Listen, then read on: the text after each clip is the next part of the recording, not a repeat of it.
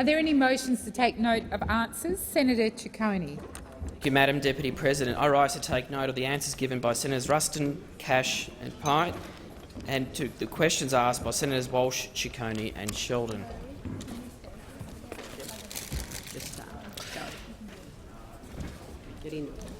Now, early this afternoon, a number of us senators had the pleasure of asking ministers across the bench about the state of our economy and also about the word that the government continues to refuse to use. And I know Senator Watt also made mention of it a couple of times in his points of order, which is wages.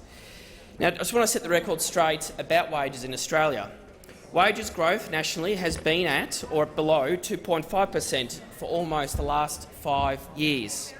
Real medium household incomes have declined by almost $500 in the latest year, according to the Hilda survey released today. Percentage of the population living in relative poverty has increased to 10.4%, and more than 1 million Australians are underemployed. But on top of that, we have over 700,000 Australians who are underemployed, and youth unemployment is at a staggering 12%. And to top all that off, Madam Deputy President, penalty rates continue to be cut under this government's watch. And as a former union official at the SDA, I know that the cuts to penalty rates have had a major impact on many retail workers, and especially those in the hospitality sector that I know a number of other senators in this place had also previously represented. And those costs may not be a lot for many people in this place, but I know it does matter to many of those members and retail workers where they've lost between $2,000 to $6,000 every year. Now, some will argue that is good. It is good for business because it will allow employers to employ more people. But recent research from the University of Wollongong shows the complete opposite.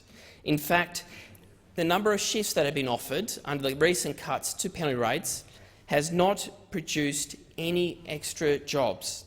In fact, earlier this year, the Council of Small Business, the Chief Executive, Paul Strong, described the cuts to penalty rates as a waste of time, stating that not one single job will be created. So, some will also argue that the world is changing and that's becoming increasingly normal to work on Sundays. But surely the argument in favour of a robust and competitive environment and providing compensation to workers is something that must be reflected, especially when you are doing irregular hours outside of the normal Monday to Friday 9 to 5 workplace. Now, regardless of what will be argued, and no doubt there will be others that will argue against this, but for those who do work on Sundays and rely on those penalty rates, they cannot survive. They definitely do need the lost wages that they were earning before the 2017 Fair Work Commission decision. Now, to top it all off, we've also had the Reserve Bank of Australia recently also come out and say that our economy is weak.